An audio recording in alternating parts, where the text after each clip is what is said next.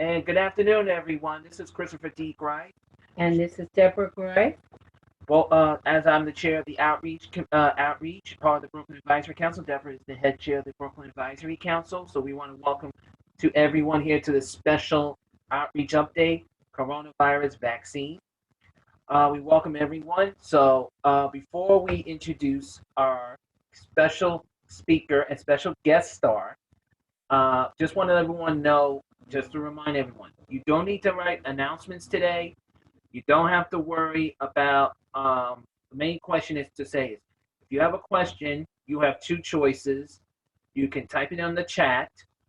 You can always, or raise your hand, which is in the panel, which is on your box. It says panels with the number 5, means that's 5 people, plus Debbie's with me, so that's 6. But just let everyone know that we are here. Once you click that, you will see that hand.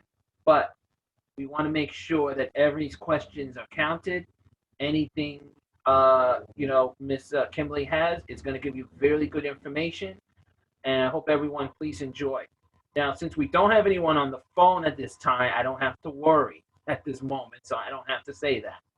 But please, everyone, that's why the hand spins around and keeps everyone up to date, so we can keep it in order form as well. Just in case, but since there is no one on the phone, just let anyone know, if you ever use the phone, it is *6 to mute or unmute as well. It's *6. Doesn't matter which way you do it, it's still you have to press *6. The raising hand is *9 to raise your hand. All the questions will be added in on the chat, but I will remind you that questions will be going to me as the host with Debbie next to me. So we will be saying the questions, but not your name, if you want to. That is your choice. So at this moment in time. Now, before I introduce Kimberly, I just got this from Jonathan Nowak from the mayor's office. As you know, that the in-home, as you're reading it in front of me right now, it's now back on. You can email, you can click, if you go on, this will be available on our website later on today. But excuse me, you have to add this in. Right now, they're not using the Johnson & Johnson. I just want everyone to be aware. They're going to resume using the Moderna vaccine. And the reason it takes a little longer is because of the screening. But if you have any problems, let us know, and we'll be able to help you.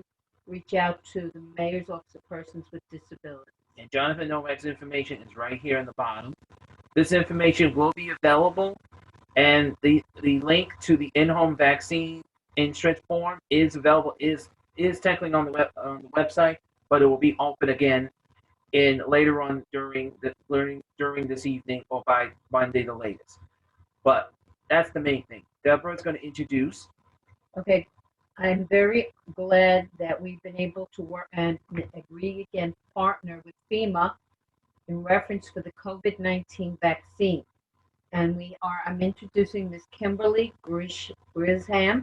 If I said her name right, I apologize if I didn't. She's here. She will be explaining the new program that FEMA is trying to put out with our population. Kimberly, are you ready? Kimberly? All right, hello, it's lovely to meet you all. My name is Kimberly Grisham, and I am the Voluntary Agency Liaison for FEMA supporting the state of New York.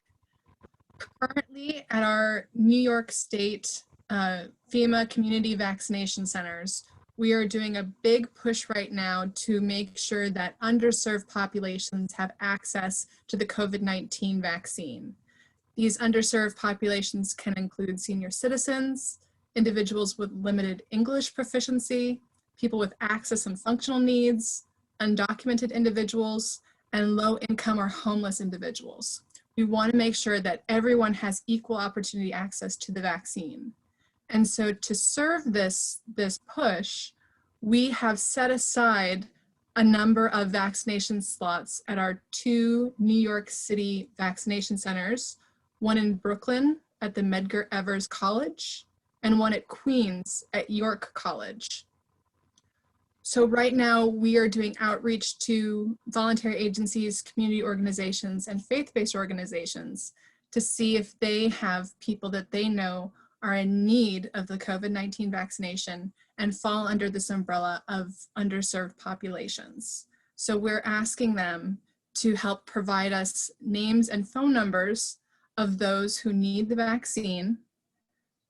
Once we receive that information, the individual will be called by a FEMA representative who will provide instructions on what to expect and will help that individual complete their registration. Unfortunately, this is a short-term push right now. The last day that we have these available slots is Tuesday, April 27th. So we're asking if you have people who are in need of the vaccine, that you contact me. Christopher has my email address. And please feel free to reach out if you have any questions or if you have people who you think would benefit from these vaccination slots.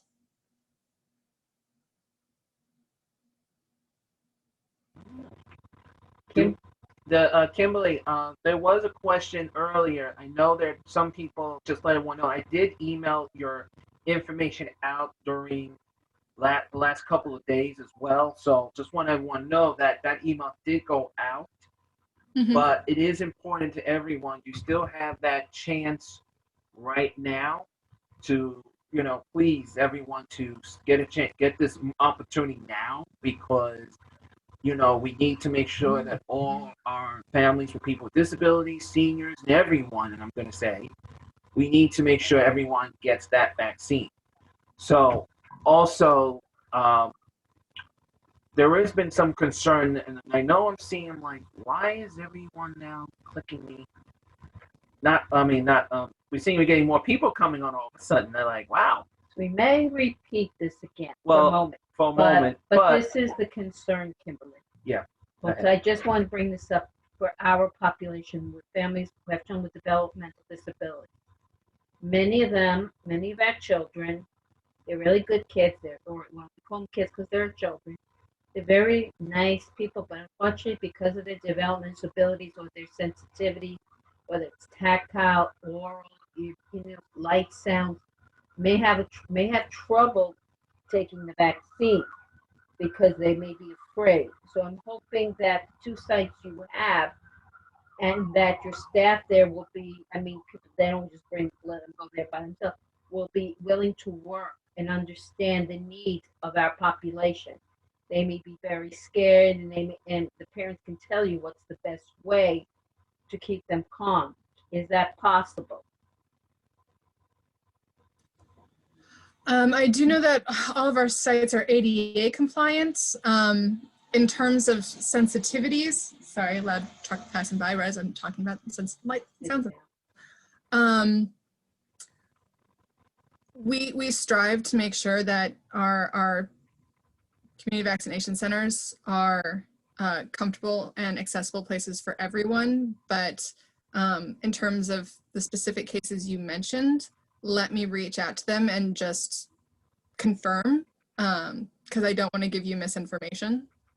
Okay, I appreciate that. Because you see, I don't want them police calls on them. I don't want people coming screaming at them. I want them treated a certain way because it's not intentional. We really can't help it. That's why also we're trying very hard. Also, FEMA can even work with New York City to do the in-home program, because a lot that may work too. Because we're very concerned. We want our children, and I want to also address this.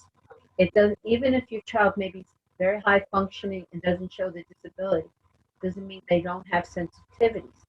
And anybody also sensitive to smell, to how someone touches them or talks to them, or even how they talk to their parents. Like, we don't want to hear them saying, "Oh, he's acting like a baby." No, he's not acting like a baby. I don't care if he's 60 years old, his mother's 80 or 85, he's not being a baby. That's part of his disability. So those are very important. We don't want to hear, because if I hear that, literally, you'll see me already. My eyes will start flashing with anger, because it's not intentional. You can't help. When you have a developmental ability, you may be chronologically of a certain age, but your emotionally, mentally, and psychologically, you're under certain age. And also, if they don't comprehend, it doesn't mean they're not paying attention. They also, a lot of them have, 90% of our population has auditory processing, Mhm. which means they may not completely understand what you're saying. And you can't talk to them like they're a baby. Talk to them in a way, or if the parent or the person coming with them may be a direct care worker, staff, they do know how to explain to you, like, Work as a team. Mhm. And then you can get it together. So that's why I'm hoping both sides are willing to do that. That's a very big concern. I've constantly brought this up with Jonathan, because I do attend all the MOPED meetings, and he totally understands what I'm saying, and they've agreed. Even Commissioner Khaleesi understands. So I am not yelling, not upset. I understand you can't always know, but if you could tell them in advance, when these agencies come bring them in, they will come with staff, maybe and also maybe family members. I don't know, but they do care, and they do want them taken care of correctly. So Okay. I appreciate Yeah. that you heard me, and I very appreciate that you're willing, before saying to me something, you're willing to check, and we appreciate that. Kim, We have. yeah. Oh, Kim, sorry. unfortunately, Joyce Levin was supposed to come today, but she's stuck at Joyce's in the Brooklyn DD Council. She's the head chair. I'm the vice chair. She wanted to know if you guys are going to do another one, similar like this one coming up on not this, this Tuesday, but a little more up to date. Can you please let both councils, and I think Debbie will agree with me. Yeah, so we would love to know. Let us know so we can really blast it out even full strength. Like, I did send out an email, but so we can then prepare, a lot of the families, because I can tell you right now, Queens, I know Queens and Brooklyn are the two boroughs right now. We have the highest population in actually the state of New York for individuals. We're having individuals with developmental disabilities. Now, now also possible, I'm not saying right now, but the DD Council Chair, Ms. Levin, is from Heartshare. Heartshare, like YI and a few others have. YI, AHRC, those are just three. There's more. Have their own clinic settings. Maybe you can partner with them also, and make it easier make it easier for everybody. So yes, if you have other people I should spread this message to, I would appreciate the connection. Very much. Well, also, we would like you. Okay, for New York City, our deputy or associate commissioner is Aviva Kendo. We have in Brooklyn, but not just her, but also if you let the main OPWDD know in Albany, our commissioner is Dr. Ted Kastner, and if you can work with them also, they would be very pleased, and they could help you.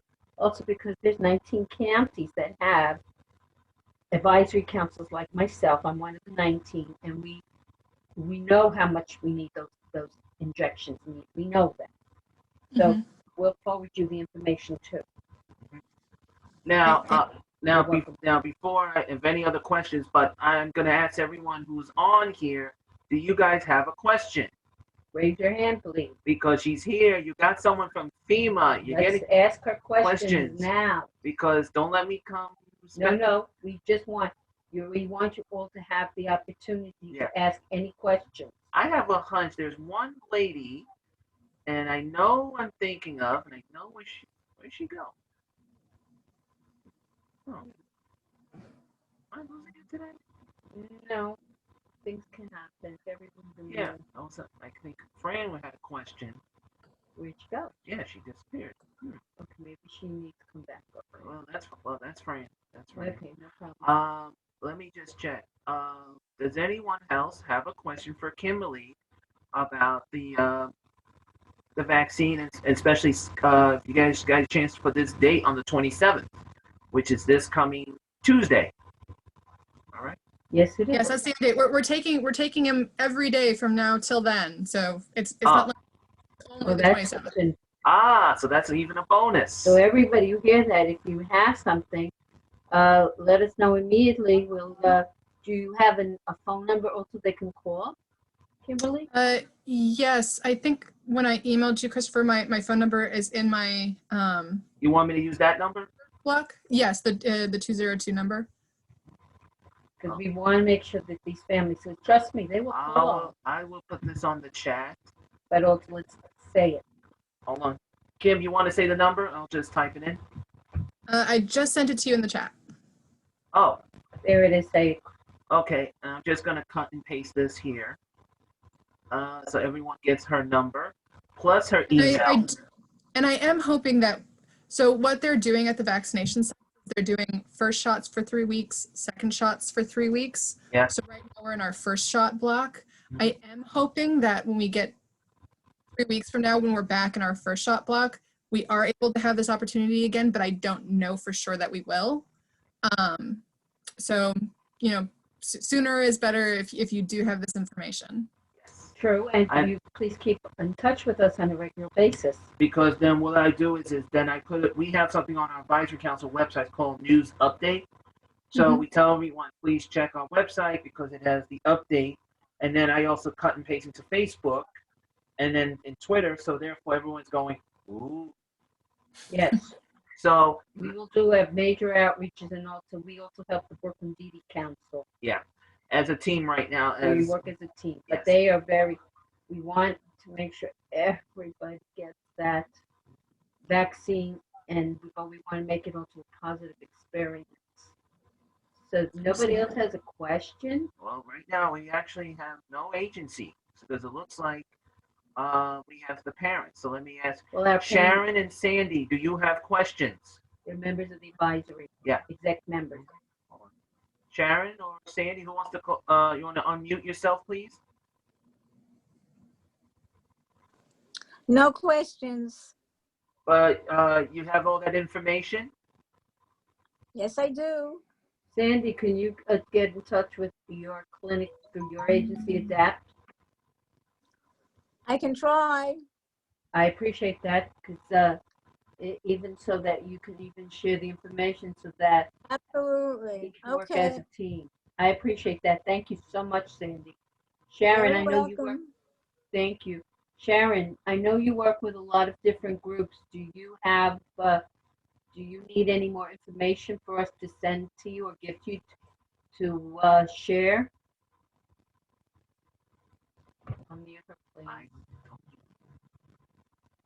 Sharon, can you unmute yourself, please? Because we cannot.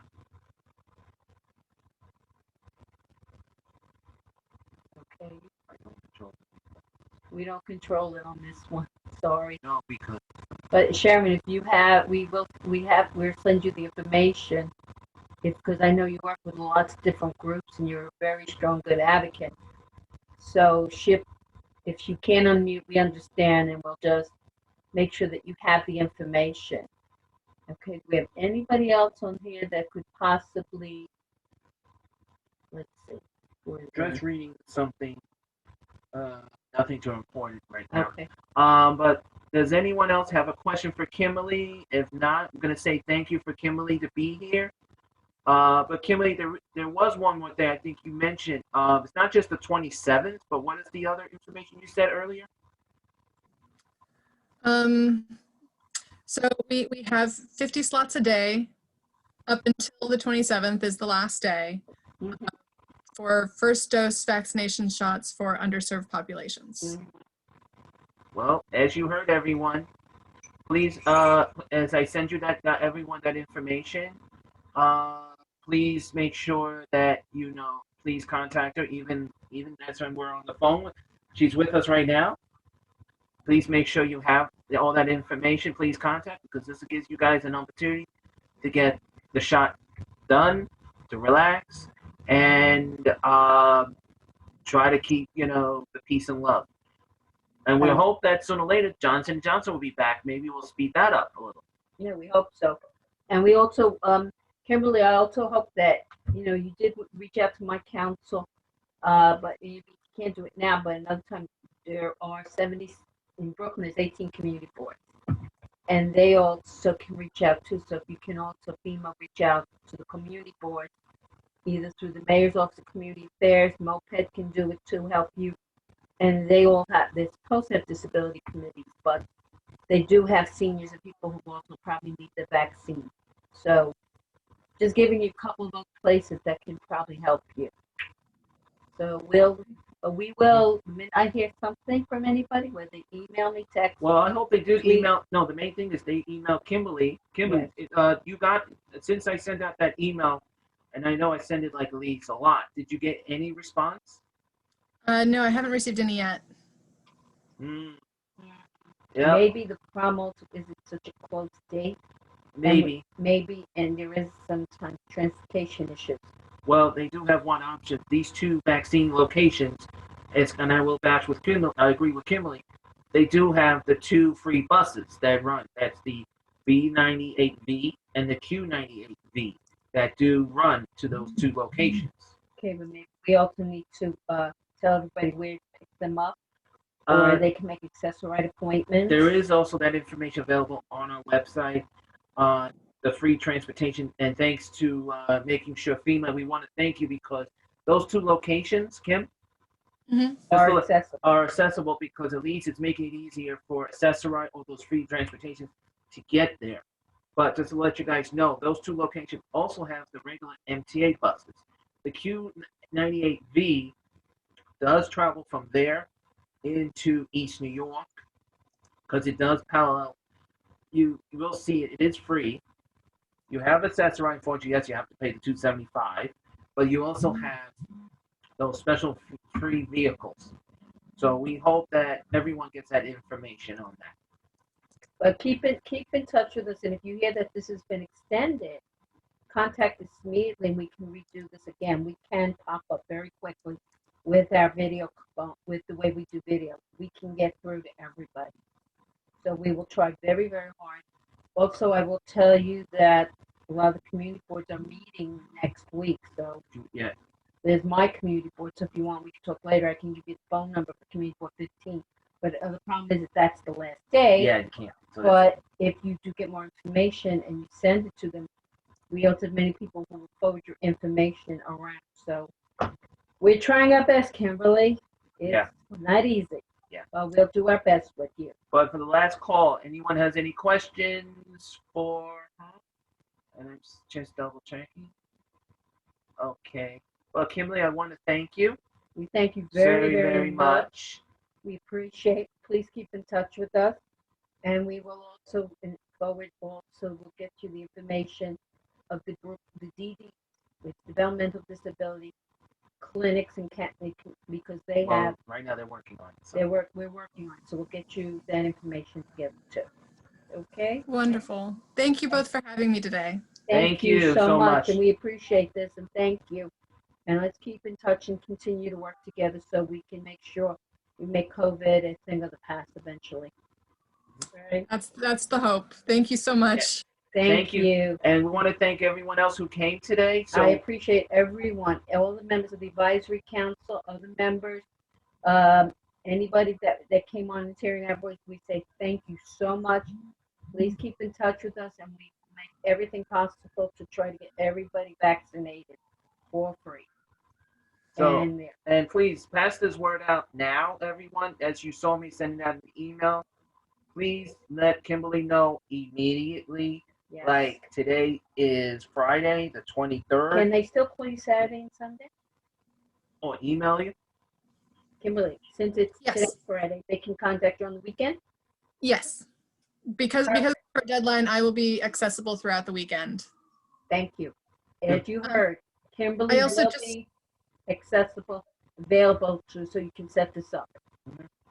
I also just got a message back from our CBC teams that they have civil rights specialists at each of the vaccination centers. Excellent. To try and help. That's an excellent thing to know. If you heard, they do have a civil rights expert there. That includes people, whatever disability you have is included, and they're not allowed to discriminate or insult or make fun of you. So if there's a problem, you have the right to take advantage of that. So I hope everybody does. Again, and thank you for having that at the sites.